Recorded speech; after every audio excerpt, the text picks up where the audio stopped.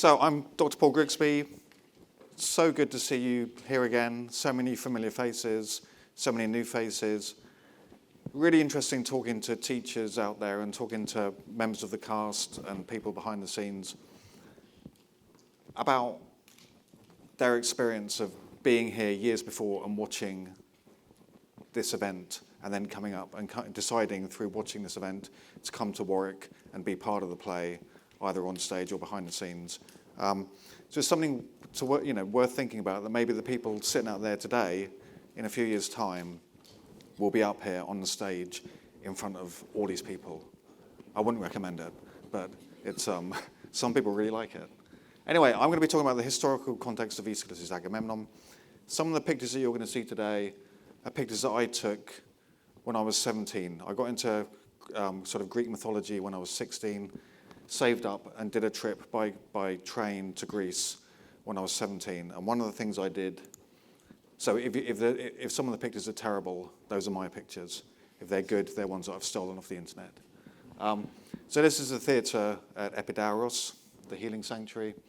And every summer they put on a sort of a series of Greek plays. And when I was there when I was 17, back in 1988, it was the Agamemnon.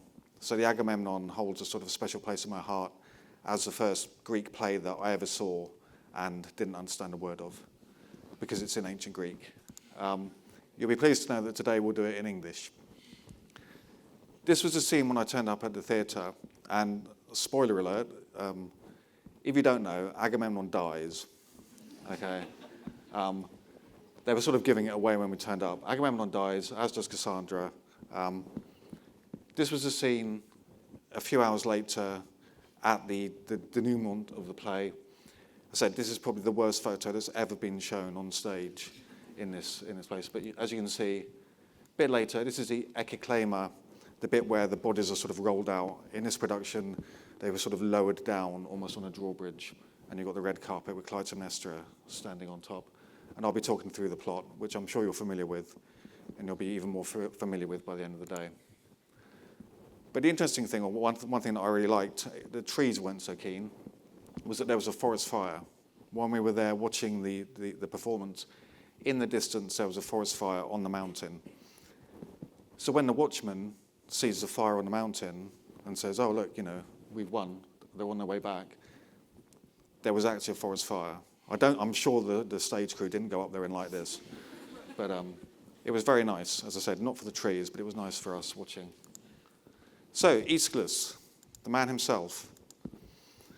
We know a bit about him, some of which is sort of apocryphal, some of it is true. He was born in Eleusis, 525, famously fought at Marathon. This is what he put on his tombstone, that he fought at Marathon, not that he was a playwright.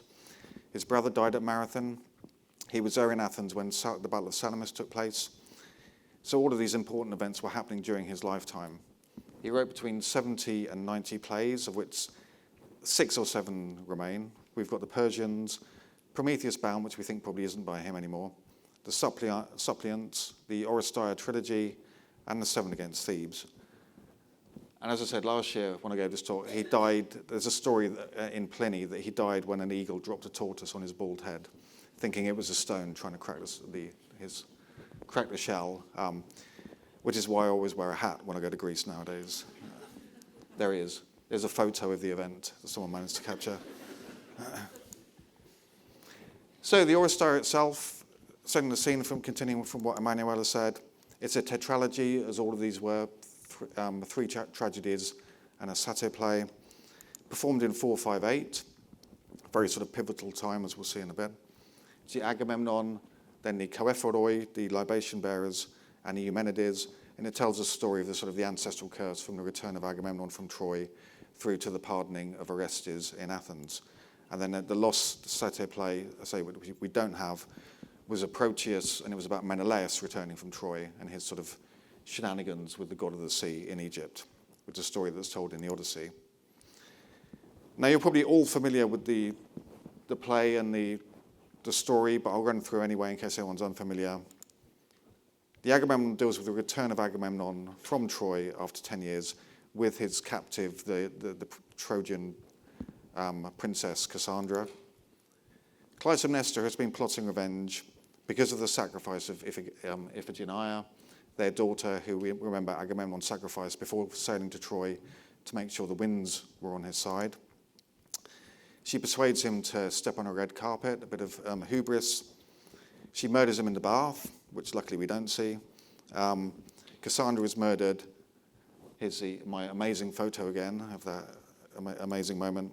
And then Aegisthus, Clytemnestra's lover, turns up and explains the reason for sort of inciting her to do this act of revenge.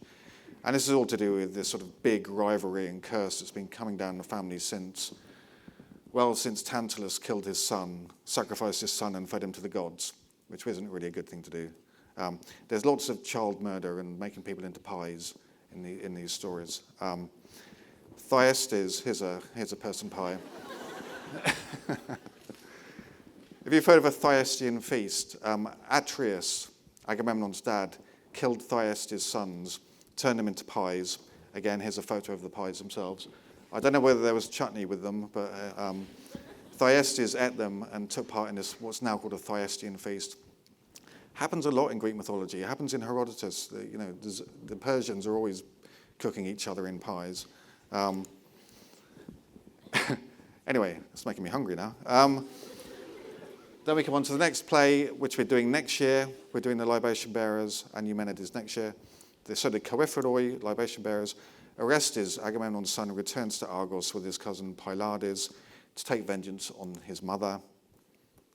At Agamemnon's grave, he meets his sister, Electra. She's carrying a libation with some girls, and these are the libation bearers.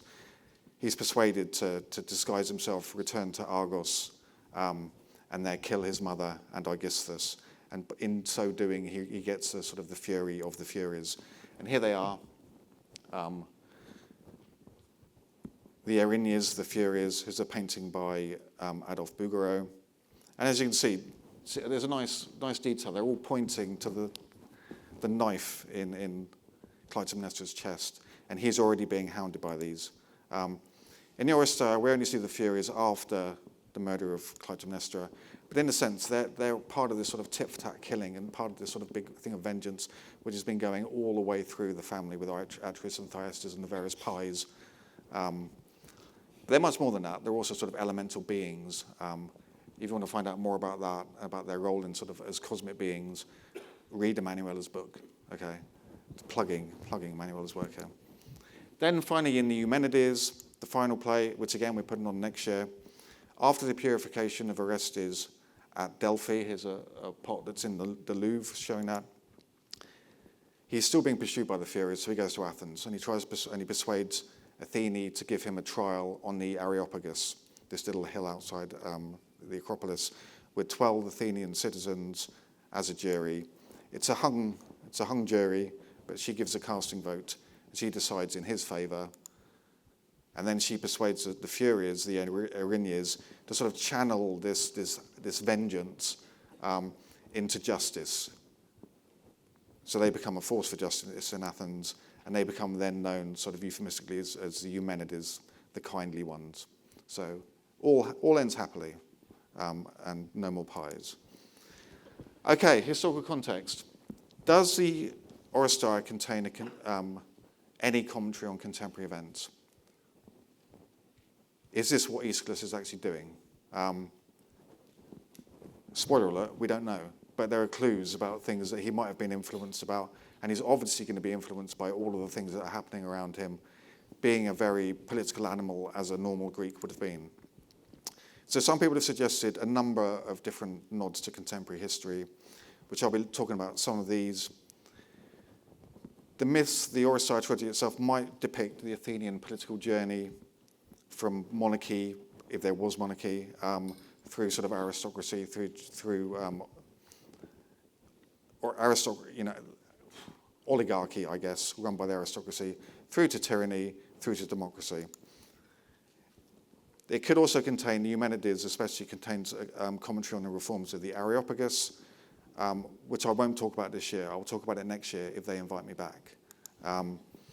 There's a commentary, potentially a commentary on Athenian imperialism, just as there was slightly in the Persians, and also maybe a demonstration of positive relations with Athens' new ally, Argos.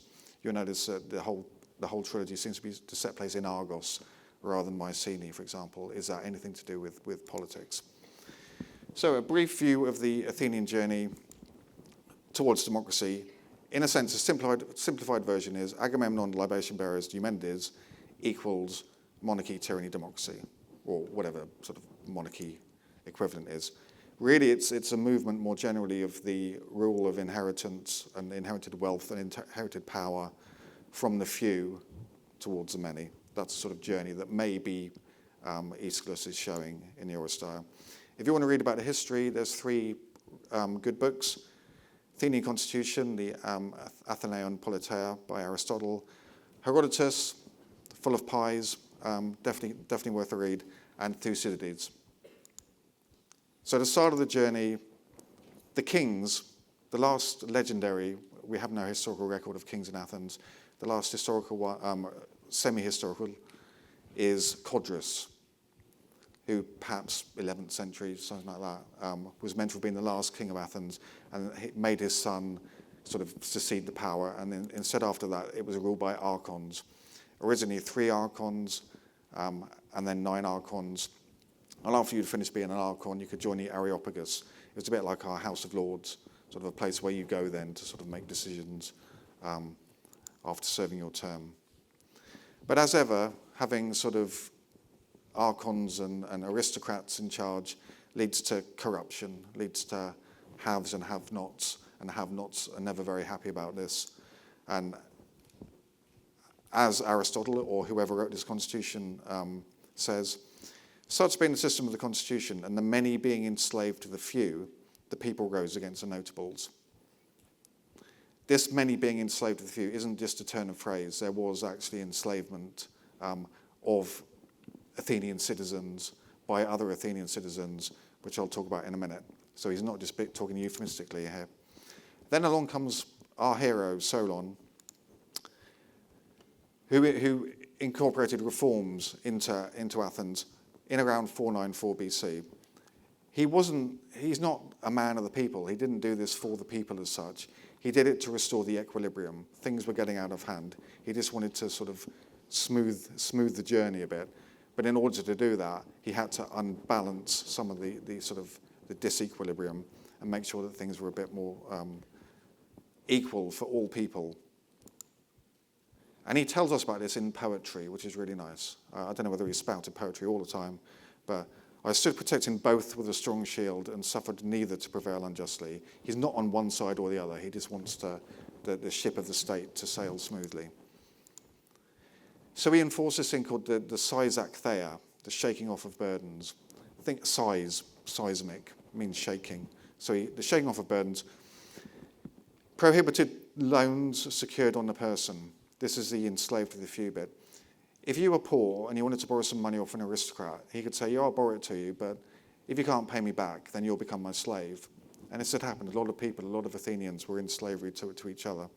So he stopped that, ended that, cancelled all debts, public and private. So we start off with a clean slate. Then he divides the people into 4 classes based on wealth. You've got the richest at the top, the poorest at the bottom, the richest are the Pentacosio-Medimnoi. I don't know what that's worth at Scrabble. Then you've got at the bottom the Thetes, typically called landless peasants. They might have had a small bit of land, but they were the poorest. Only the first 3 at this time could become magistrates, could become archons. But all of these, all 4 groups, could sit on the assembly, the ecclesia, and the law courts. Then he created the boule of 400, 100 from each of there were then 4 tribes. And then the Council of the Areopagus, still the ex-archons.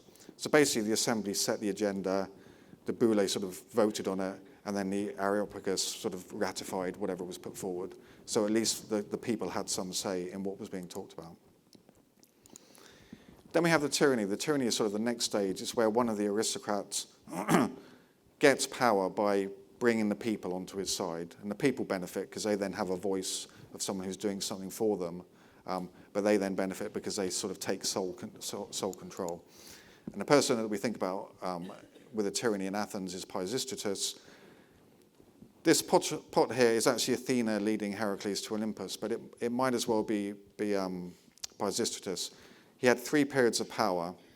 The first one, he beat himself up and pretended that he'd been beaten up by his rivals. He demanded a bodyguard, who he then armed with clubs, and you can see Heracles here has a club, goes into Athens and takes control.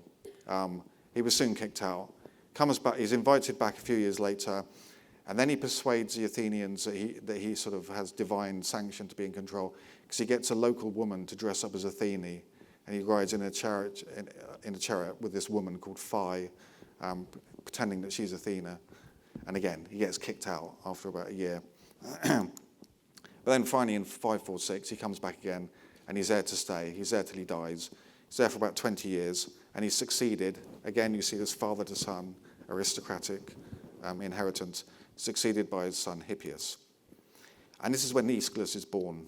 He's born 525, so he's born into a period of inherited tyranny, but right at the end of that inherited tyranny, because the end is in sight. So when Aeschylus was 11, in 514, Hipparchus, the brother of Hippias, so the younger brother of the tyrant, was assassinated by the so-called tyrannicides. You can see the tyrannicides here, Harmodius and Aristogiton, after a lover's quarrel. And different sources tell us that there are different lovers and different quarrels. But basically there was a quarrel, Hipparchus was killed, and it sort of sees the end of the tyranny in sight. This is a really nice statue. It's a copy of one built by Antenor. The actual one was stolen by the Persians when they invaded Athens, and it was brought back again. This is a copy, and it had an inscription by Simonides, the poet. A marvellous great light shone upon Athens when Aristogiton and Harmodius slew Hipparchus. It was a really important event. And then Hippias is finally exiled in 511, 510 BC, which ends the tyranny, and then they're sort of waiting for what happens next. And what happens next is Cleisthenes in 507, 508, bringing in democracy. If you're wondering about the 507, 508, like why don't we know when it was? The dating for these things is always given by the year of the archon, by the name of an archon, and the archons normally ruled sort of July through to June, so it straddles 2 of our years, the Athenian year. So we never quite know which year. All we know is Cleisthenes brought along democracy in the term of one magistrate, who I think was called Isagoras. And the further changes that he brought in further broke the ancestral ties and power of the aristocracy. So he brought in 10 tribes instead of 4, breaking up lots of sort of family ties and lots of tradition. The bull was now 500. The 9 archons were still elected, but from 487 they were then chosen by lot. So everything is becoming a lot more democratic and fairer and a lot less aristocratic. So how does that fit in with the Agamemnon or with the Oresteia? So the beginning bit, the rule of the few, is perhaps shown by what happens in Agamemnon. Agamemnon perhaps speaks of the first part of this political journey from hereditary kings, if they ever existed, through to oligarchy, through to sort of aristocratic families ruling, passing father to son, as the wealth passed father to son, and the corruption and the greed. And the corruption inherent in wealth might be symbolized by the hubris of standing on the red carpet in the Agamemnon. And here's what Rose has to say. I'll be coming back to Rose in a bit. Aristocratic rule is the transmission of power and wealth through inheritance by kinship groups, the sort of father-to-son inheritance we see in the Oresteia. Then the next one, the Coephori, the libation bearers. The political regime of Clytemnestra and Aegisthus is actually described by Aeschylus at one point as a tyranny. So here's a little sort of clue that this is sort of the state that he's talking about. So Diplane Turanida, behold the 2 tyrants of this land, murderers of my father and ravages of my house. And the fact also that Orestes, he's accompanied by his cousin Pylades. So you've got these 2 young men who some say were lovers,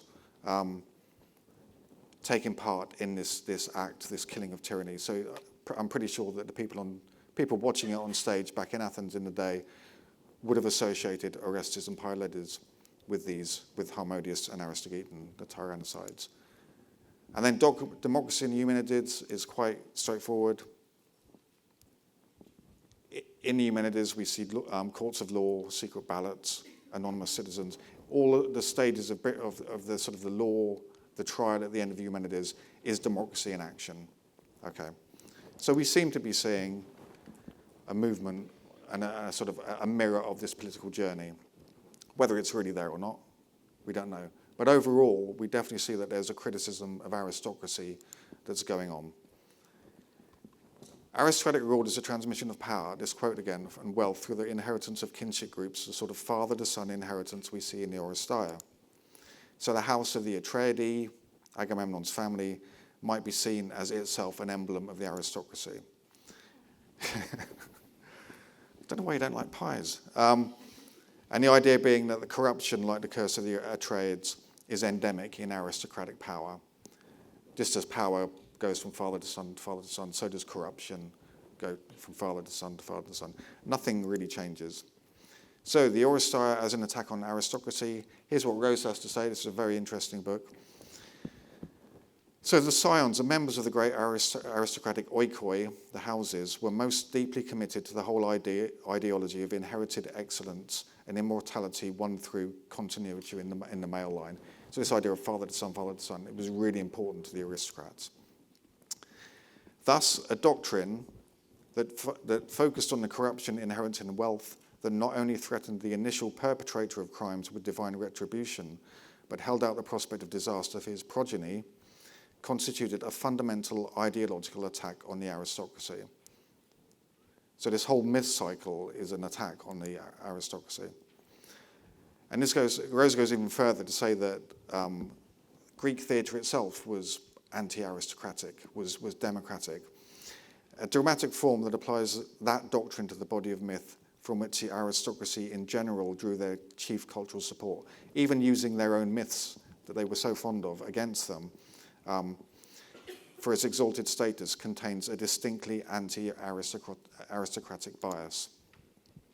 Tragedy itself under Aeschylus, with its criticizing choruses and its corrupt kings and queens, becomes an anti-aristocratic art form.